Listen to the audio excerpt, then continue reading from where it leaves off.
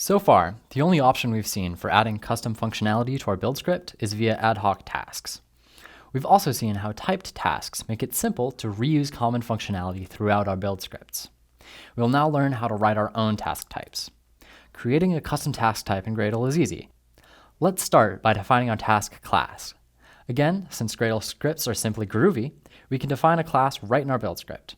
In general, we will always extend the default task class, which provides a basic implementation of the task interface.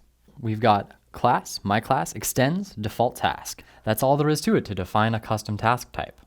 Of course, since we didn't provide any additional capability for our task, it's functionally the same as defining an ad hoc task in a build script. We have to somehow tell Gradle what we want our task to do when it executes. Luckily, Gradle has also made this very simple.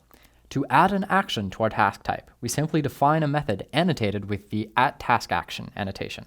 Let's start by adding an action that simply prints a string out to the console. Now that we've defined our task type and given it an action, we can create an instance of this task type in our build script just as we would with any other typed task. Let's go ahead and add a task named hello to our build script and declare its type as this new hello task we've just created. So we've got our new hello task of type hello task. Let's give it a try. There we go.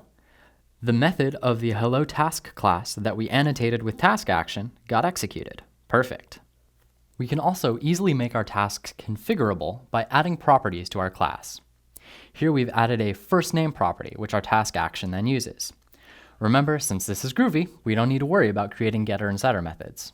We've declared a task hello name of type hello name task, and then we've configured the first name property of our hello name task. If we give this a try, hey console, hello to you too.